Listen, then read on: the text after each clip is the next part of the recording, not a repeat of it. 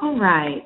Looks like it's just a little after 8 a.m., and we are so excited to have everyone here.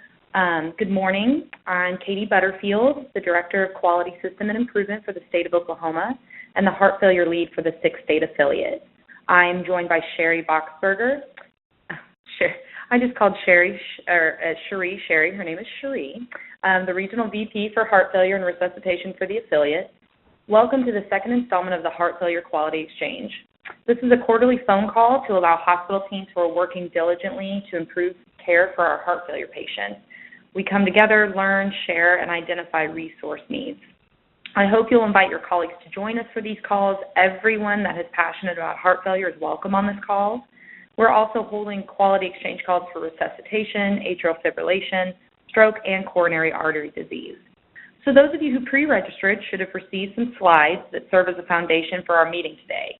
If you did not receive this email or the slides, please just send an email to Larissa DeLuna. Her email is Larissa, Larissa .deluna, DELUNA @heart.org, and she will send those slides to you. Everyone has been placed on mute, so if you would like to join the conversation, which this is a very informal call, please just press *6, and that will unmute your line. To mute the line back, please press *6. We want this to be interactive. Please don't hesitate to unmute, speak up whenever you have a question or a comment. The topics for today's call, we have some really exciting ones. An introduction to the Cardiovascular Center of Excellence, which is including the heart failure pillar. We're going to speak a little bit about the Heart Failure Society of America highlights, which was just recently held in Grapevine, Texas. A look at the performance by our affiliate, our 6 states. 2 hospitals are going to share best practices for heart failure management and group discussion. And then the demonstration of our brand new resources. So let's get started. Here's some things that are new. So we are actually going to ask Joyce Wright, who is part of our American Heart family. She's going to jump in and kind of give an overview and what's new and how the heart failure is a pillar of our Cardiovascular Center of Excellence. So Joyce, if you would like to press *6, come off and give us your overview. Thanks, Katie. Cherie and Katie asked me to speak to you today about the Cardiovascular Center of Excellence Accreditation. This accreditation is a collaboration between the American Heart Association and the American College of Cardiology. And as you know, we are the 2 leaders in cardiac care. The original requirements for the Cardiovascular Center of Excellence, and you're going to hear me say CVCOE, that is the Cardiovascular Center of Excellence. So the original requirements for CVCOE were that a hospital needed to have 3 ACC cornerstones and then apply for the Cardiovascular Center of Excellence. We found that there were many hospitals that had stellar cardiac programs, but not necessarily the 3 cornerstones in place. So we developed a limited time offering for early adopters. So this offering is available through January 1st, 2018, and it does not require you to have the cornerstones in place at this time. The hospitals can become CVCOE accredited and then go back and put their cornerstones in place. So let's quickly talk about the cornerstones. They are administered by the American College of Cardiology, so the marketing you will see, even though this is a co-branded product, but on the cornerstones, the marketing that you will see is ACC/AJ. There is one mandatory cornerstone, and that is the Chest Pain Center module. And then you will need to choose between 2 of the following 3, heart failure, AFib, or cath lab. And anyone who is doing Get With the Guidelines CAD, Get With the Guidelines heart failure, or AFib, this is a great tool because there is a free layer that you can add to the Get With the Guidelines tool that can be turned on in quintiles and will meet the data requirements that ACC requires for their data registry. The AHA IT department has gotten the data elements from ACC, and they have matched them to the Get With the Guideline measures. The items that are not included in the Get With the Guidelines, heart failure or AFib or CAD, are put into a layer so that you can just turn that on and you will meet the data requirements for ACC. So let's talk about the Capstone. Well, you'll hear Capstone or CVCOE. Those are the same thing. This is a portion of the accreditation that is administered by the American Heart Association. So the marketing that you will see will be AHA/ACC. And this is a cardiac service line accreditation that looks at systems of care, starting for when the patient is picked up by EMS, brought to the hospitals, entire way through the hospital, out into the community, back into their home or cardiac rehab or nursing home, and then on to preventative medicine. So the benefits of this accreditation include making the hospital as a driver of change for health in their community to improve health. Public recognizes the hospital for their commitment to high-quality care. The accreditation provides standardized, cohesive, consistent, multidisciplinary care. The quality improvement data from the measures from the data that we collect allow the hospitals to identify disparities and gaps in care and implement quality improvement programs. It is a great recruitment tool for physicians and other healthcare staff. It allows patients and families increased participation in their care decisions. And this is really the cornerstone here for us, is how to make the patient care better and how to make outcomes better for patients and to improve their quality of life or allow them to have the best quality of life possible. This accreditation also ensures that multidisciplinary teams are talking with the patients, again, to coordinate care. It provides education out in the community so that patients have early access to care. It shows dedication to quality of care close to home, and we also look at patient safety. So let's just look at maybe one of your heart failure patients. It will be a comfort to know that if they came in for heart failure and ended up needing a valve replacement, that all those systems in your hospital were communicating and making decisions that were in the best interest of the patient. And it would follow them through the entire hospital stay. The requirements for the CVCOE are those three cornerstones, but we are not going to be looking at those cornerstones again. Now, ACC has already helped your facility achieve those cornerstones, so we are going to be looking at other things like the entire cardiac service line, like your cardiac surgery areas or the lab or the echo people or cardiac rehab. I already said that, but looking at the entire cardiac service line, not just individual disease states. Okay, so we want to make sure that the patients are getting timely information about their disease state and making sure they understand and are making the best decisions for their care. Now, let me talk about the early adopter limited time offering just a little bit more. We really want to meet you where you're at and help you meet your goals. So the early adopter limited time offering is you do not have to have your the three cornerstones in place. But we will be sending you a readiness assessment. The readiness assessment will just take a look at what systems you already have in place in your facility that might be equivalent to what needs to be there for CVCOE. So there is a cost for the readiness assessment. It is $9,000. And let me just back up just a minute.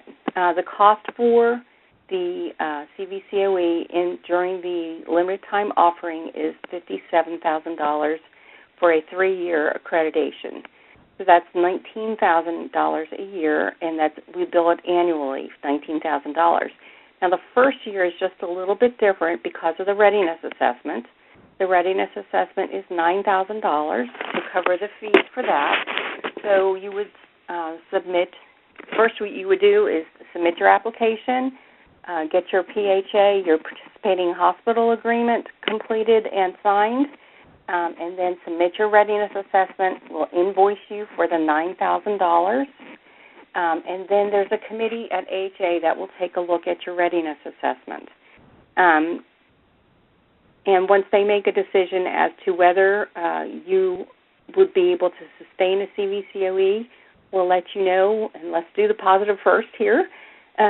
You are approved to move forward. So what you would do is move on to the desk survey. And the desk survey looks at all your supporting documentation that supports the CVCOE standards in the standards manual. We have a reviewer that you'd be working with, and you would submit things like your charter or your policies and procedures, and we would take a look at that to make sure that the documentation is what we're looking for. Once that process is completed, and that generally takes maybe around 2 months, so once that is completed, you move on to your on-site survey, and that is where the reviewer comes to your facility, and the purpose of that is we have seen on paper what your facility does, but we come to see it in person to make sure that everything on paper is what's actually happening in the facility. So let's move to the the negative here. If your hospital, if the committee decides that you are not ready to move on to the desk survey, then the reviewer will give you some recommendations to help you with an action plan to put things into place to get yourself ready. You will not get your $9,000 back. However, you can apply again. You have 1 year from the date your participating hospital agreement was signed to reapply and submit your readiness assessment a second time or third time to get ready for CVCOE. And at that time, when the committee feels you do have those systems in place, then we'll move on with the desk survey and the on-site survey. I know that was really quick. I know there are other people that need to talk, but are there any questions that you have about CVCOE? Yes, if anyone has a question, please hit *6, and you will come off mute, and you can ask Joyce a question.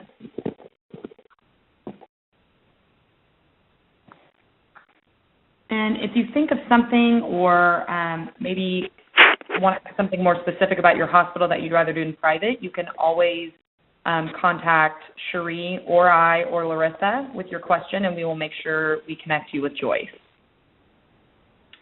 I'd be happy to help you out. Just feel free to contact us.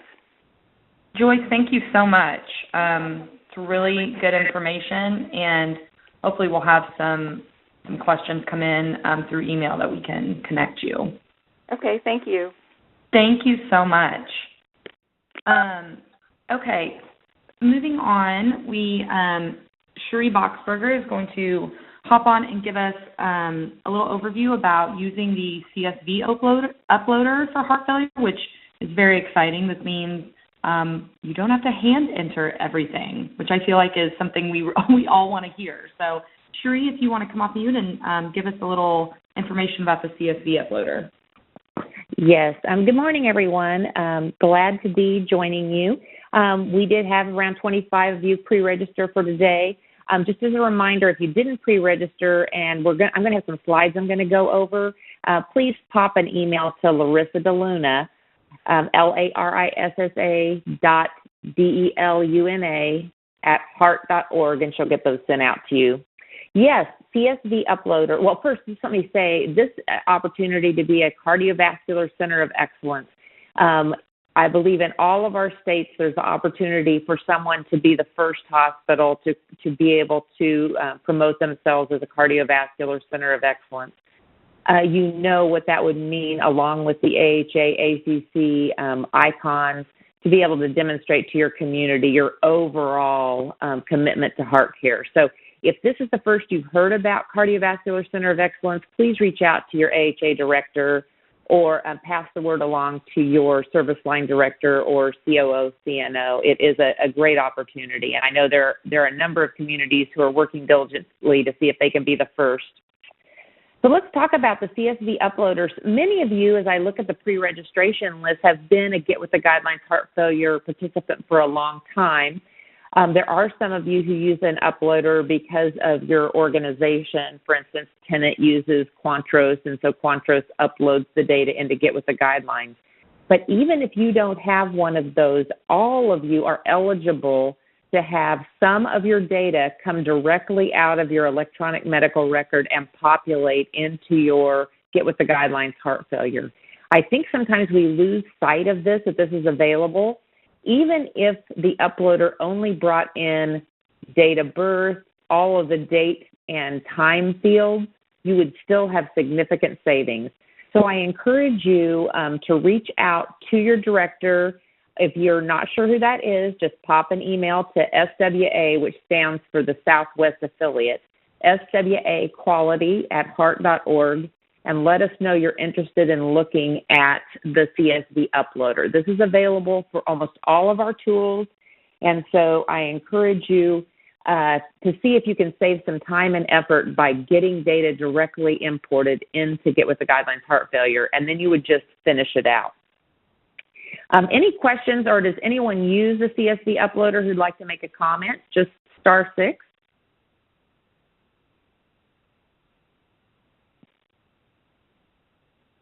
All right. Well, it is a. Go ahead. Yes. Sorry. Could you repeat the email address that you said to send? We're looking to do this already, but we may need some help with some more of the specs just to make sure that we're right on track. Perfect. Yes. Just send it to SWA, kind of like Southwest Airlines, except in this instance it's Southwest Affiliate, SWAquality@heart.org. Thank you. And let us know, and we'll be glad to give you a hand and make sure you have the latest specifications. All righty. I'm just going to give a few highlights about the Heart Failure Society of America. Hopefully some of you attended, and you can feel free to jump in and let us know what you learned as well. But Katie and I were able to attend the conference in Grapevine, Texas in September. And so I'll just share a few things that I learned in some of the sessions. Kind of just a foundational update. With 1 million hospitalizations per year, which kind of struck me that with heart failure we have 1 million hospitalizations per year in this country. But the proportion of those that are HEF is increasing. Right now it looks like across the country a length of stay to 4 to 5 days. The in-hospital mortality across the country is 3%. However, as you get to 60 to 90 days, it increases to 90%. And right now, an average 30% readmission rate. And, of course, if you go out to 6 months, it's 50%. Certainly, this continues to be a large and growing financial burden. I was able to attend a meeting where Dr. Fonro presented, and Dr. Fonro is out of California, and he is one of our physician leads on the clinical team that leads Get With the Guidelines heart failure. And he gave a presentation kind of reminding us what the goals are for treatment during a heart failure admission. Certainly, we all know alleviate symptoms. That's the reason they're coming in there initially. To reduce the extracellular fluid volume or congestion. Of course, that's one of the symptoms oftentimes. To improve their hemodynamics, because we really want the left and the right ventricles to have less pressure so they can fill more easily. Obviously, we need to maintain renal function so that all the organs can work well. And then we want to optimize the initiation and dosing of GDMT. I don't know if you've heard these letters before, but Dr. Fonero is using these pretty extensively. It's guideline-directed medical therapy. And so that is really what we're doing in Get With the Guidelines Heart Failure, guideline-directed medical therapy. So during the hospitalization, we want to optimize that kind of therapy that will improve the long-term outcomes. So kind of interesting looking foundationally what we're trying to do while they're there in the hospital. I also attended a session which was a study of 1,000 couples where one spouse had heart failure, and they actually studied the health of the caregiver to see if the non-heart failure spouse, how healthy they are, impacted the outcomes for the heart failure patient. And in fact, they found that it did not impact the outcome for the heart failure patient. But a learning that they did determine was that the death of the heart failure patient greatly affected the health of the surviving spouse. And so that suggested really a need for enhanced bereavement care. And when we talk about systems of care or cardiovascular centers of excellence, we can't forget that other end of the spectrum where the patient does die and how does it impact their family. And then one last study that I'll tell you about was about, well, actually there's two, adherence with post-discharge appointments. I would be interested in seeing how well your patients are showing up for the appointments you make for them. And so I think we all make a lot of assumptions about why patients don't show up. I know we've visited some federally qualified health centers, and they have quite a few no-shows, and they're trying to figure out why that is. But in this study, they determined what does not impact adherence. So it's interesting. The following did not impact adherence: older age, female gender, a lower socioeconomic status, smoking history, and this is interesting, distance to the provider did not impact adherence, as well as the number of heart failure medications. So those were not statistically significant for patients who did not follow up. Obviously, it's one of those deals where the research is indicating we need more research, but I think those are some of the things that I might have thought were related. And then finally, the last thing, and we went to many, many sessions, but something that was incredibly shocking was the disparity in the number of women who are evaluated and treated with LVAD and transplant. The data suggests that women are entering the system either so late that they can't have these things, or that practitioners, the primary practitioners, are not referring them early enough. There was great discussion related to women and them ignoring symptoms or them being worried about more things with their family and therefore not taking care of getting into the physician. But it is important to note that right now the LVAD and transplant rates are far lower than our male counterparts. And so these are areas that we need to be focusing on and figuring out how these women who are failing, whose cardiovascular systems are failing, can get plugged into the system much earlier and take advantage of the treatment modalities that are there. Is anyone on the line attended HFSA and would like to share something that they took away? Star 6.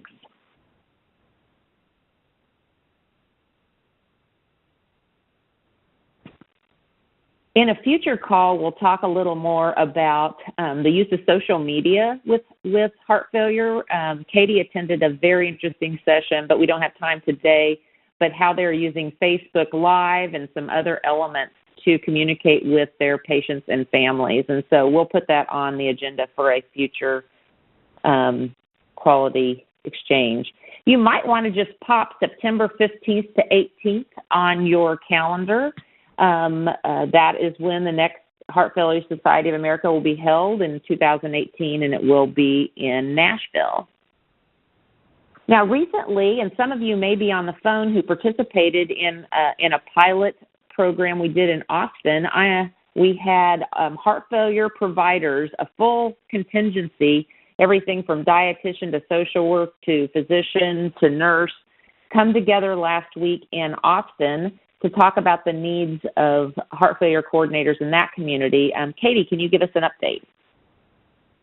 Yes, thank you. So like Cherie said, some of you on the phone might have been at this breakfast, and please jump in at any time and give anything that you felt was beneficial or things you'd like to see in the future, because I thought it was amazing. I am not from Texas. I actually cover part of Texas, but all of Oklahoma, and I live in Oklahoma, so it was really great to get into another market and see what's happening. We just simply met for breakfast one morning, brought some food in. We had a great attendance. I think 22 people came from only 2 or 3 hospitals. We had a physician show up. We had people, representatives from social services, representatives from cardiac rehab, heart failure nurses, quality, a really great spectrum of people who were passionate about heart failure in Austin. And we just did a small presentation about the data that we saw and Get With the Guidelines as a market in Austin. That was a small portion of the discussion. But the main portion of discussion was best practice sharing and barriers that we were seeing with heart failure, which was really great to hear different perspectives from different hospitals. Things like in Austin, they have a program called the MAP program for the uninsured, low income.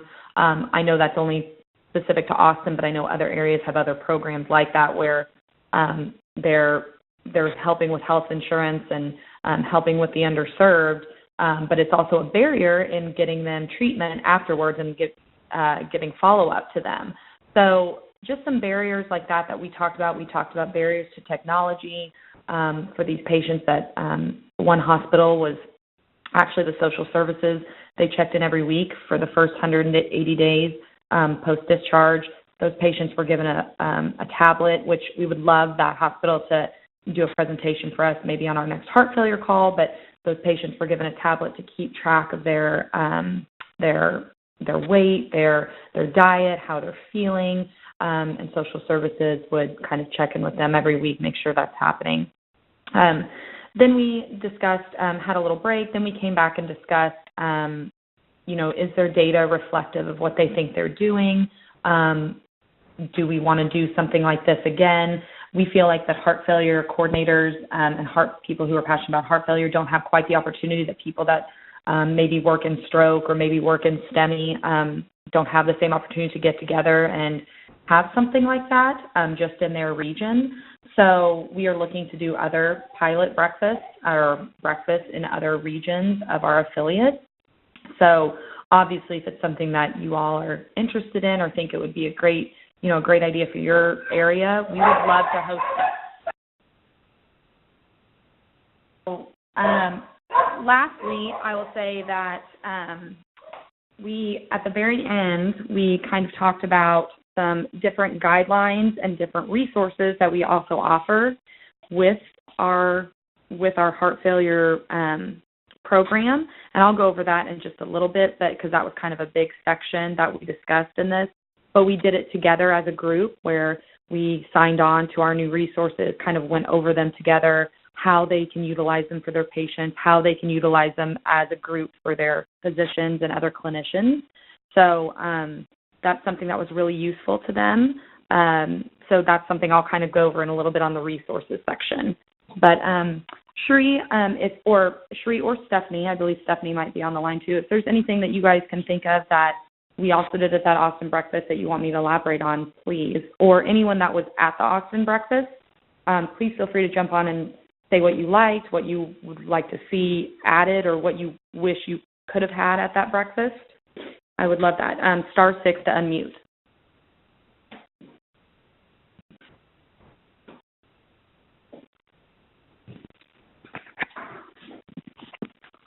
Thanks, Katie. We're going to be reaching out and having some other opportunities for us to meet in person, even though we're really going to focus on data on this call. I did email out to those of you who pre-registered a slide presentation, and that's what I'm going to talk about now. So if you want to pull that up, it was called Heart Failure Quality Exchange 1030. So it came out with your reminder email. If you didn't get this, we'll make sure it's in the resource kit that goes to all participants. But we wanted to talk a little bit about our performance as it relates to the affiliate. For those of you who have the slides, slide 3 kind of shows the mortality rate for heart failure over the years. And for those of you who don't, I'll describe it to you. From 2005 all the way to 2012 or 13, the mortality rate for heart failure has gone down.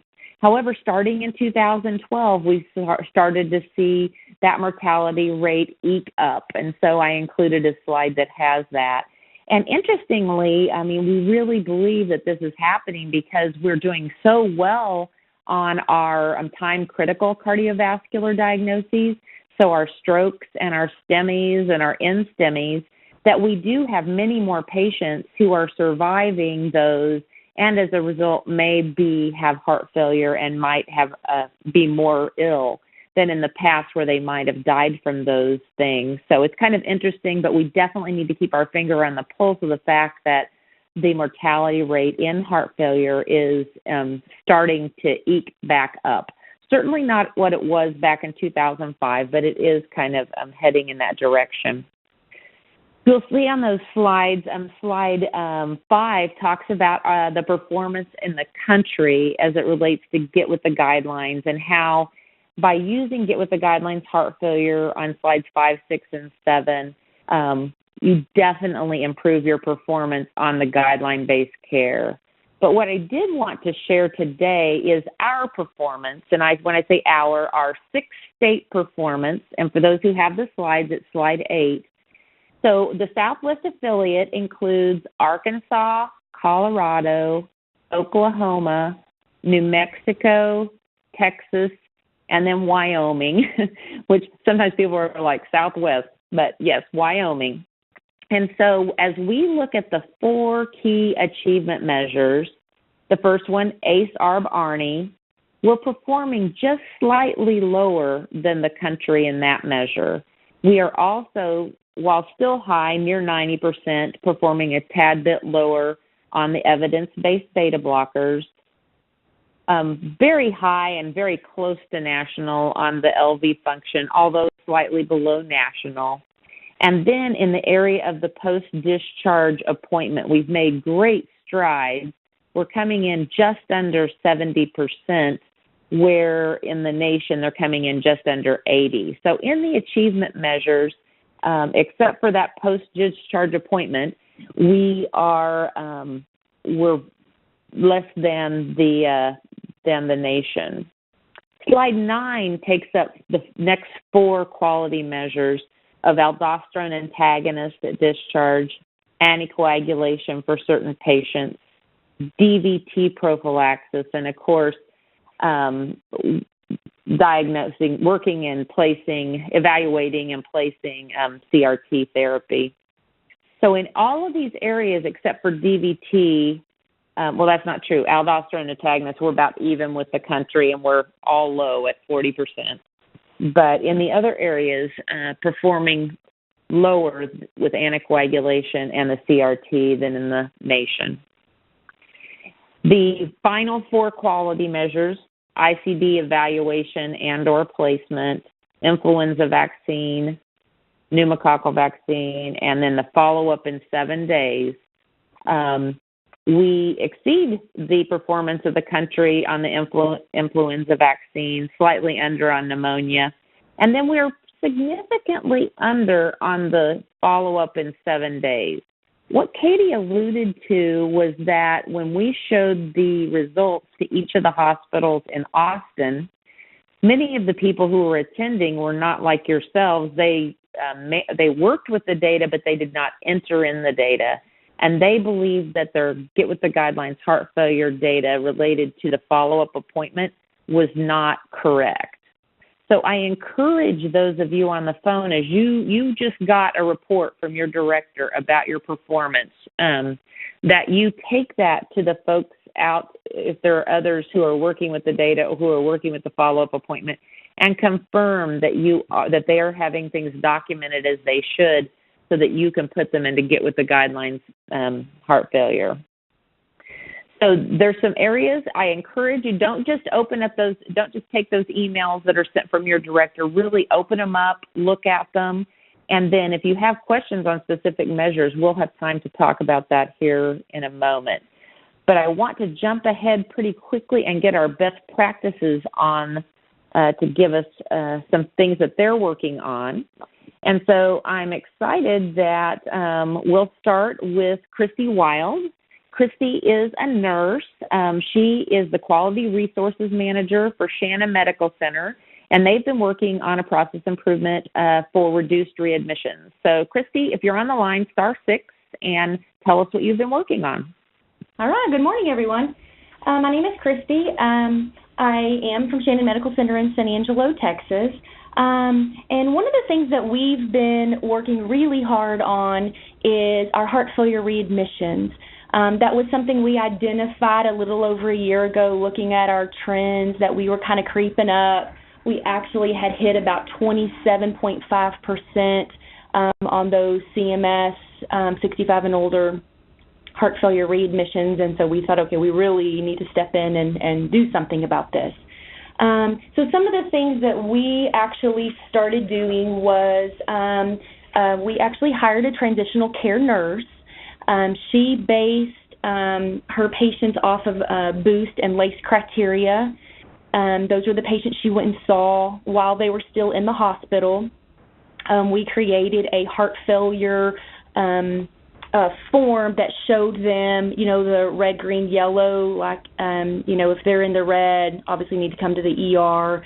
If they're in the green, it listed out the symptoms, just call your primary care provider, those type things. And we felt like that was really helpful. We had our marketing help us create a heart failure patient manual. So, it was for any literacy level, color pictures. It had a weight log in the back, blood pressure log, all of those type things to start kind of really reaching out to these patients.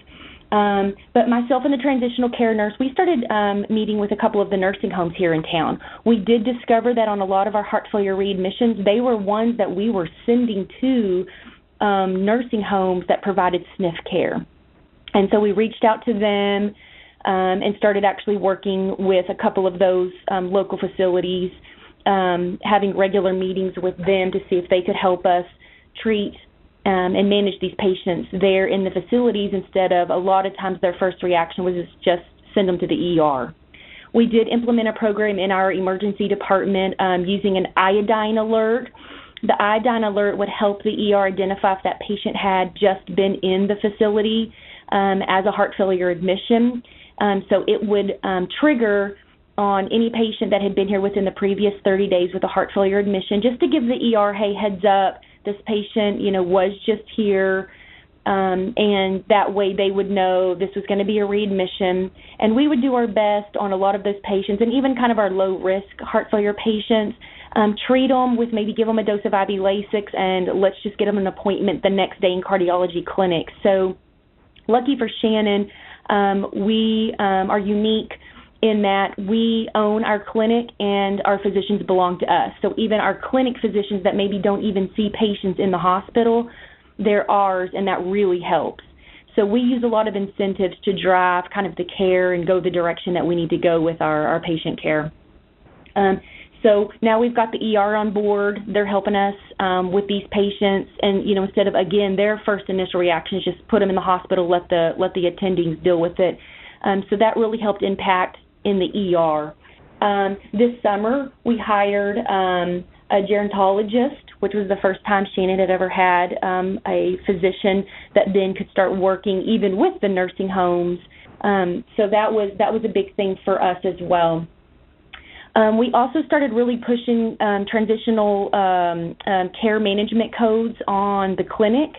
Probably in the last year or two, we have made that a top priority in the clinic setting. So they're seeing those patients within 7 days. And we actually had our cardiologist take it through our med exec committee, and we have it approved now that all heart failure patients are discharged with a heart failure appointment.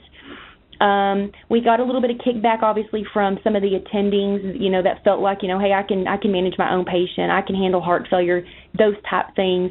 But we did get that approved through our senior leadership that, no, they're not here to take over your patient, they're here to help manage the patient.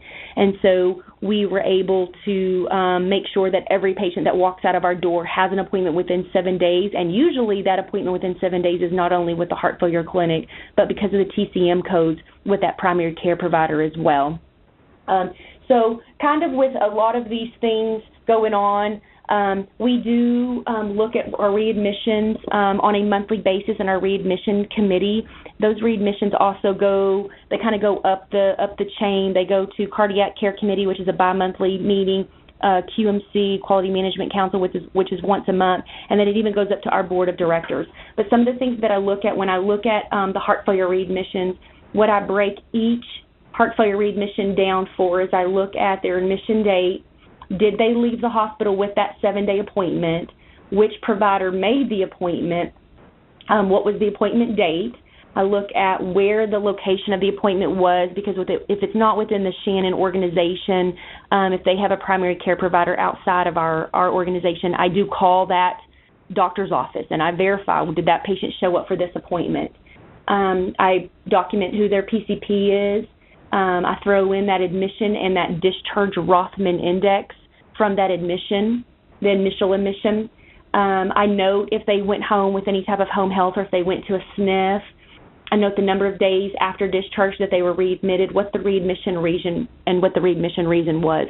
So we break down every single readmission and we look for trends, patterns, that type of thing. One of the trends that we have kind of discovered by looking at this on a monthly basis with these heart failure patients is a lot of them are getting asked on discharge from that readmission, they're going home with hospice. And so that's kind of our next step, is to start looking at how could we intervene. Do they need palliative care or hospice on that index admission?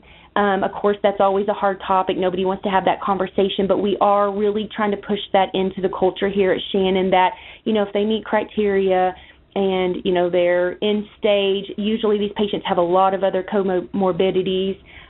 Let's at least start the conversation. Whether they go home on any type of palliative care or hospice, that's okay. But let's at least start those conversations. So in a nutshell, those are some of the big things that we've done. We have seen our readmissions drop. Second quarter, we were down to 15%. So for Shannon, that's really good, because when we started this project, we were up in that 27% area. So we're pretty proud of the work that we've done, and we will obviously continue on with our projects and with just always strategizing on different ways to affect this heart failure population. Thank you so much, Christy. We're going to have some time for questions, but I thought we'll go ahead and have our second presenter so we can get all that out there, and then we can have both of them available for questions. So Irene, not positive of how to pronounce your name, Irene, I apologize. Larissa is a nurse, and she's the Director of Clinical Certification for Doctors Hospital at Renaissance. So if you don't mind, star 6, and tell us about the work that you've been doing as you've improved your heart failure quality. Hi, thank you. So we are, as you had mentioned, a physician-owned hospital. We also are an academic facility, so we work with the University of Texas, Rio Grande Valley. We have some residents here. And I think some of the initiatives that we've been working on is for the 7-day follow-up appointment, and also some of the other quality measures that we look at for the program. We wanted to share just a few things that have helped us. So we see over 600 heart failure patients annually, and we're also certified as a chest pain center, stroke, heart failure, diabetes. We have multiple certifications, so sometimes for the units, there's so many different measures. We find that a challenge. But we do have tremendous administrative support, so we have a dedicated heart failure coordinator.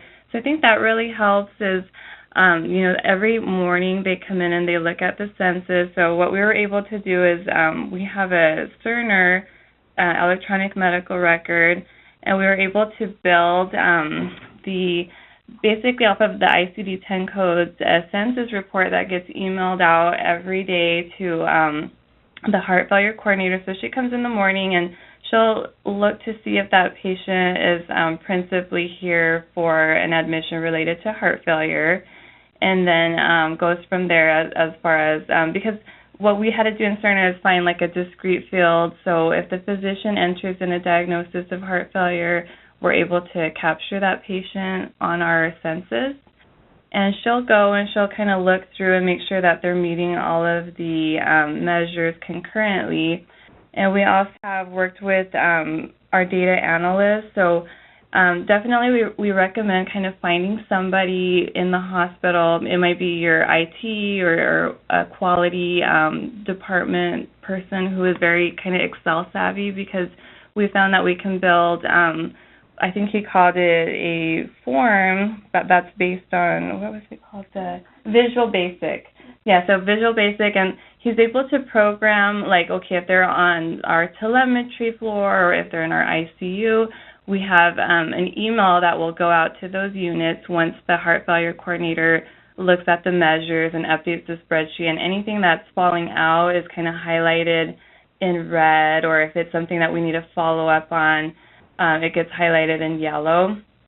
So we're able to track them more concurrently, and then our heart failure coordinator will round 3 times a week to follow up on all of the quality performance measures. So also one of the things that she does is we work on setting up appointments early. So, you know, discharge planning is key. Like, one of the first things is to see, like, what is the discharge plan for that patient. And especially once you start getting closer to, you know, Thursday, Friday, we're anticipating possibly a weekend discharge. The units round have multidisciplinary rounds every day. So we kind of anticipate what patients might be being discharged on the weekend, and we try to set up those appointments on Friday or even on Thursday and kind of set them out at day 6, so that way, you know, if the patient is still here early next week, we're able to still capture that appointment being set, and it doesn't have to be canceled with the clinics. Some of the challenges that we found were, you know, calling the primary care offices or the cardiology offices and they're full. But probably about 2 years ago, we were able to, you know, really sit down with all of the physicians and just, you know, discuss the importance of how the 7-day follow-up appointment affects readmissions and get them engaged. So, you know, we do have to talk to their office staff, and if we get any, you know, pushback from a physician's office, then, you know, we'll involve our medical director or, you know, just to kind of engage them a little bit more as well. Let's see, what else have we worked on? Another thing is definitely providing education to all the stakeholders. So, like residents, I think we have about 2 to 3 years now that we have residents. So making sure that when they start that they're aware of what the heart failure measures are, because we started seeing some fallouts with some of those physicians as well. And then reinforcing that education. So we try to do lunch and learns with the residents. We also go to staff meetings. We created a badge, what's called like a badge buddy. So it has all of the measures for heart failure on a badge, so that way they could quickly reference it. And then in our facility, we have our own hospitalists, so they're employed by DHR, as well as for our cardiologists, we do have a cardiology group, but we also have private cardiology offices. So that was also one of the challenges, is getting everybody engaged with these measures. And so we do present that data at least quarterly to our cardiology committee, and we talk about any barriers or any trends in the data that we're seeing. We also talk to the hospitalist committee about our data. And also we found that involving the pharmacist on the unit can also be helpful. So usually we have pharmacists that round on our telemetry unit. So one of the challenges we had, you know, several years ago was the evidence-based beta blocker. We saw a lot of metoprolol tartrate being ordered. So that was something that we had to really educate the nurses, the pharmacists, the hospitalists, residents, everybody to get on the same page with the evidence-based beta blockers as well. And, creating reminders in our electronic medical records. So if a patient has an ICD-10 of heart failure, if a physician or somebody puts in that discharge order, it's going to create a pop-up, and it'll just remind them again about all of the measures, making sure that, they're discharging the patient on the appropriate medications and follow-up. And just another thing is also standardizing your order set. So that's a challenge to make sure that the doctors are using the same order set, because a lot of those reminders are built into the order set. So we have like a task that goes out to the nurses to educate daily, and then we had to build a form to capture that documentation. So a lot of different projects that we've worked on. I don't know if anybody has any questions for us. Remember to come off mute, *6 to ask any questions. You can ask questions of Christie or Irene.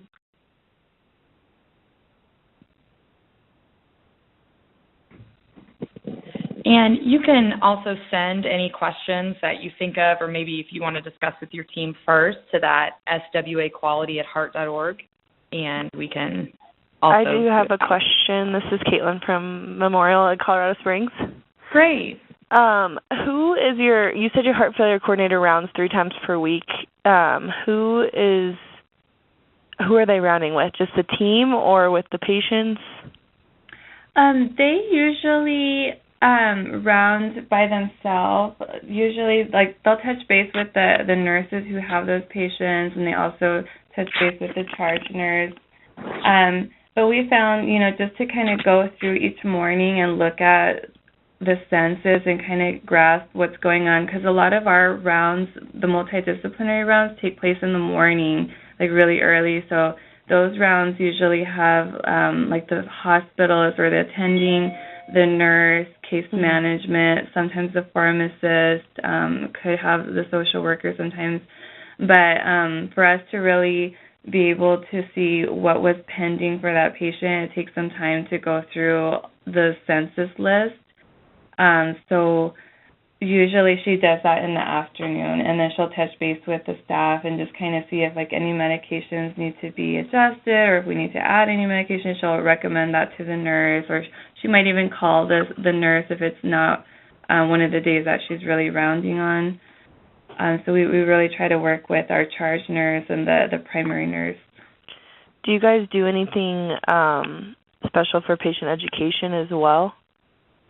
Well, we do have, what's interesting is we did get a grant that we have what's called a CareLink clinic, but they do look at high-risk heart failure readmission patients, and we do have those coordinators who come in and look at specific patient populations. So they do education on, the heart failure zones and educate the patient about medications, but usually it's the primary nurse who is responsible for providing that education and reinforcing the education.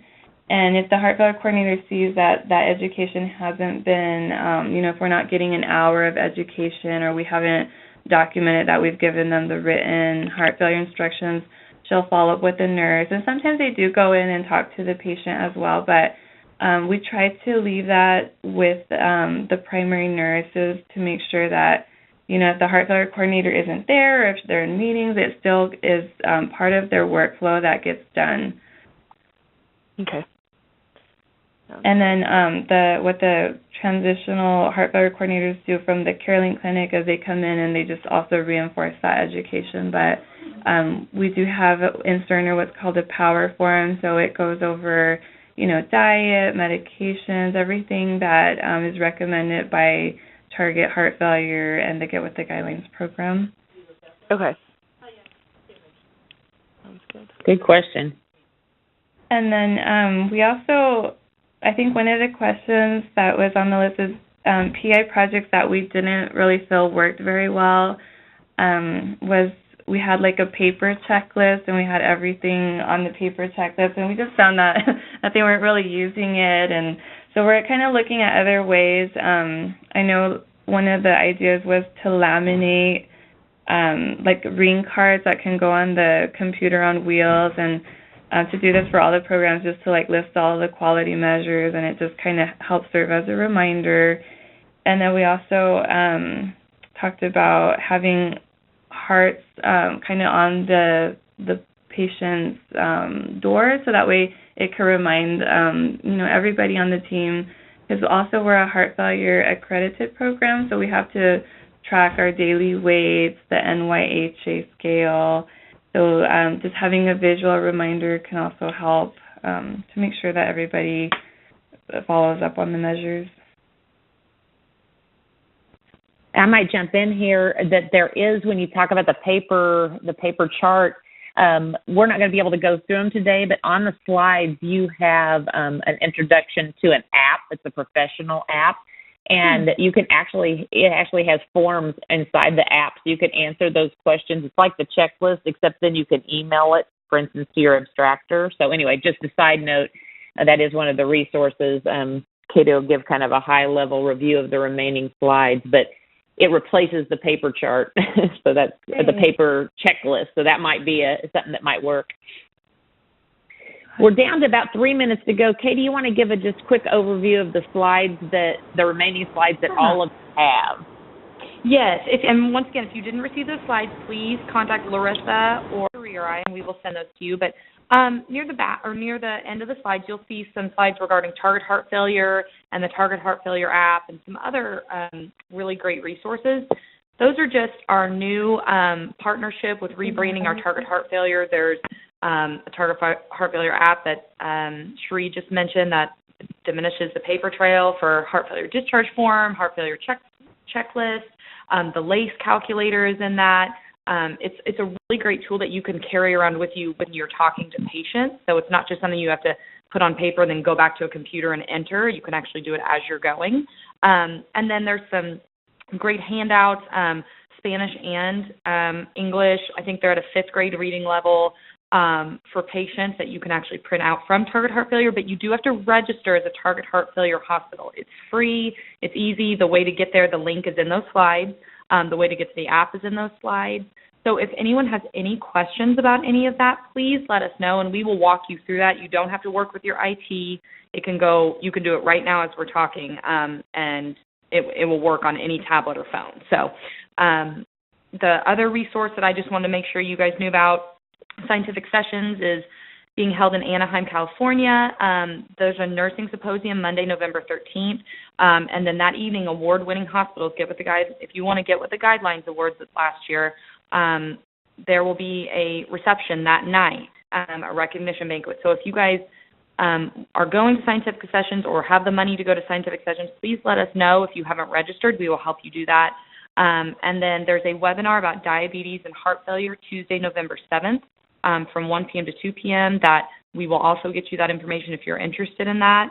It's a great one by Dr. Fonero. So those are a quick overview of the resources. I'm going to kick it back to Sheree real quick to open it for any last-minute questions.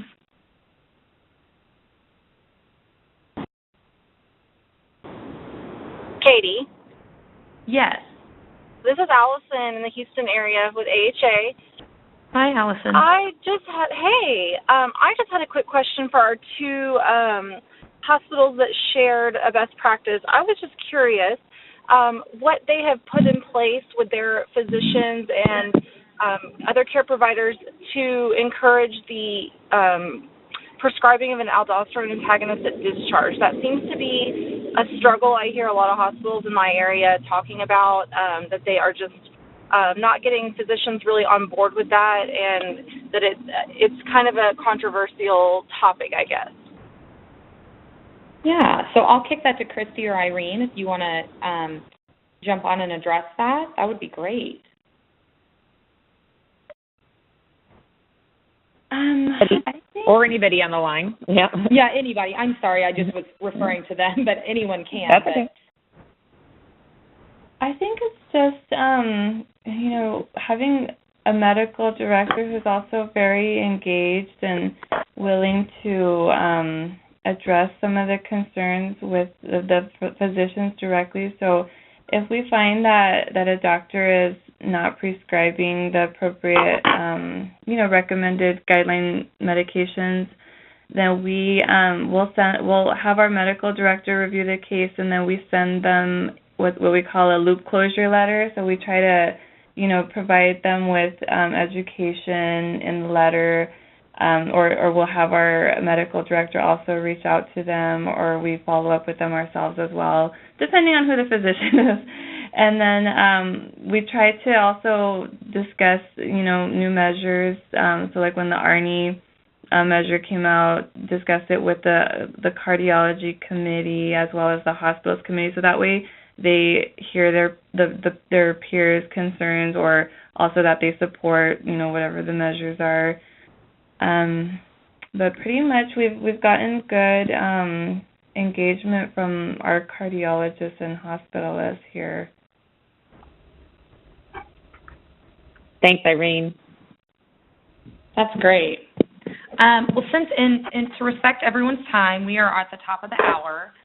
That was a really great discussion. I know we probably have more, which we can actually carry over to our next heart failure quality exchange if we want to do some more best practices. Or please let us know your director or that SWAquality@heart.org with any questions. We would love to address them, get on the phone with you. But as a reminder, we do have more quality exchange discussions. It's the same exact phone number. There's a stroke one today at noon, a resuscitation one tomorrow at 8 a.m., atrial fibrillation tomorrow at noon, and then Thursday morning there's a coronary artery disease one at 8 a.m., which is probably spills over to more what you all are doing. And then our next quality exchange for this group will be January 30th at 8 a.m. Once again, if there's topics that you want to hear about, things that we aren't addressing that are needs in your hospital, please let us know. This is for you, and we want to do what you guys are needing resources for. So that brings us to the end of this call. If you didn't pre-register, please just email that SWAquality@heart.org. Let us know you attended. We'll make sure you get the slides and resources we talked about. All attendees will receive a resource mailing and a short survey, and that will help us know what you want to hear about next quarter. Thank you so much to our speakers, Irene and Christie. That was great information, and we so appreciate all of you jumping on and sharing with us. Until next time, have a great week. Thank you all.